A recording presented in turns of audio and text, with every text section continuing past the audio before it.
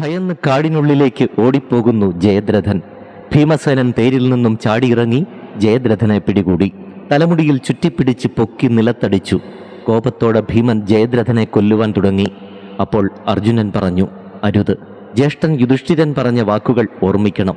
നമ്മുടെ സഹോദരിയായ ദുശ്ശളയെയും ഗാന്ധാരിയമ്മയെയും ഓർത്ത് അവനെ കൊല്ലരുതെന്ന് യുധിഷ്ഠിരൻ പറഞ്ഞതല്ലേ, അതുകൊണ്ട് ഇവനെ വധിക്കരുത്. ഇത് കേട്ട് ഭീമൻ കോപത്തോടെ പറയുന്നു, ഈ മഹാപാപി സത്യത്തിൽ ഒരു മാപ്പിനും അർഹനല്ല.